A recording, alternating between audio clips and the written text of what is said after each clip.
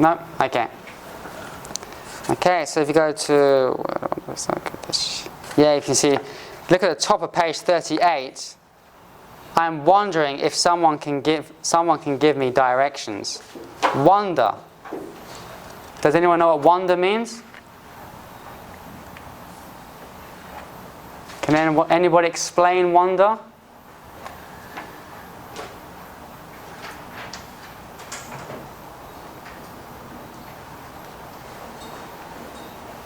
Okay. Well, first thing I want to start off, can everybody pronounce wonder? This is one pronunciation that might be a bit difficult. Can you say wonder? Wonder. Because there's another word, wander. With totally different words. Wonder, wander. Totally different words. So, wonder. Wander. Yeah, it's very different. How are they different? Well, wonder about something. Wonder, you know, you're thinking about it. It's like, I'm wondering. What's he wondering about? It's like he's thinking about something.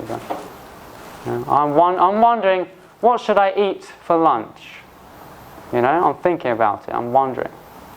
It's like you're in a different world thinking about something. Wonder is a totally different word. Wonder is just it's like, you know, you're walking, you're going somewhere without any aim, you know, you're wandering. Where are you going? I don't know. Just wandering about. Totally different words. So, you know, you have to be very careful not to say wonder when you want to say wander, wander when you want to say wonder. It's totally different. You know,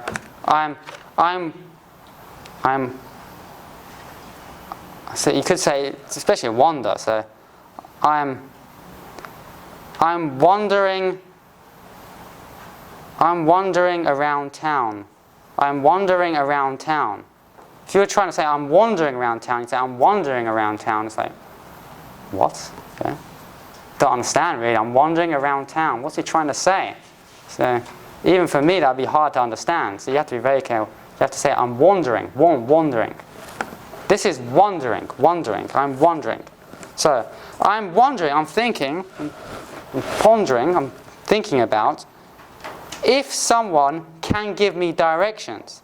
If it is possible for somebody, some person, to give me directions. She's talking to somebody.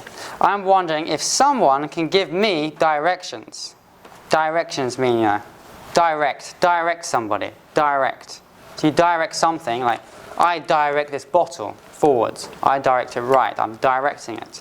Directions is the noun, directions is which way to go, which way to direct. So I'm wondering if someone can give me directions. Wonder.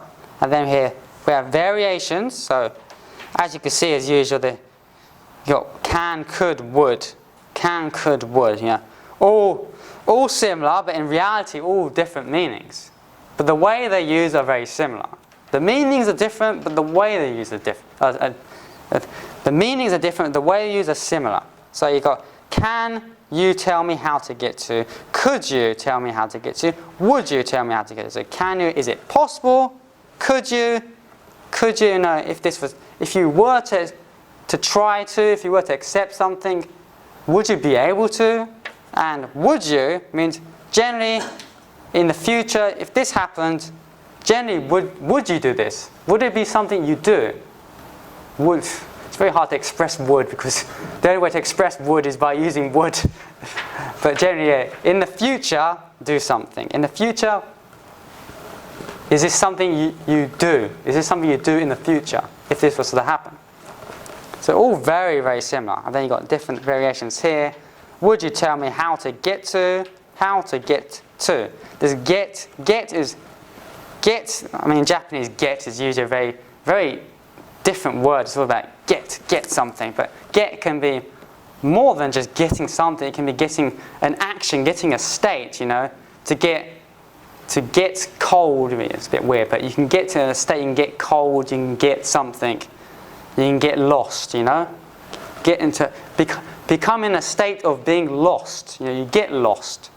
So it's not just getting an item, it's getting different things, you know, getting something.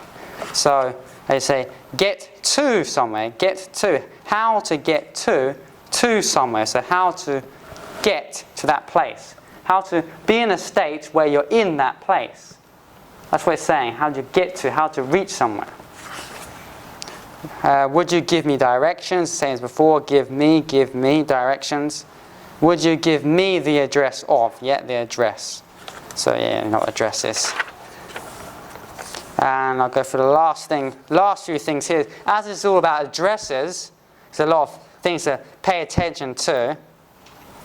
Street, avenue, there's loads of different ways of saying roads in English, unfortunately. They all have a slightly different meaning. You've got a road to somewhere. Street's usually just mainly a street. Avenue is going somewhere, you know, avenue. It's going along somewhere.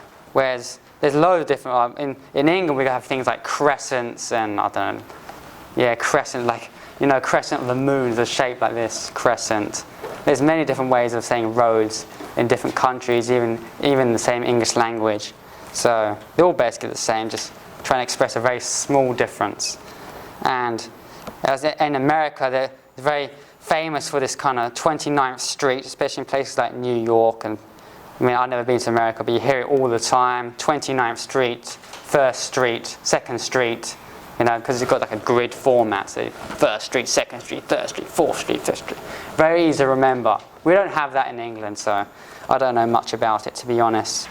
And you got, you know, is there a convenient subway to your office? Subway, because it's the American, subway being the underground. Well, for me, the underground is the train that goes under the ground, subway. But for me in England, subway is being a totally different meaning. Subway is a way to go underneath something, so it's used for going under a road.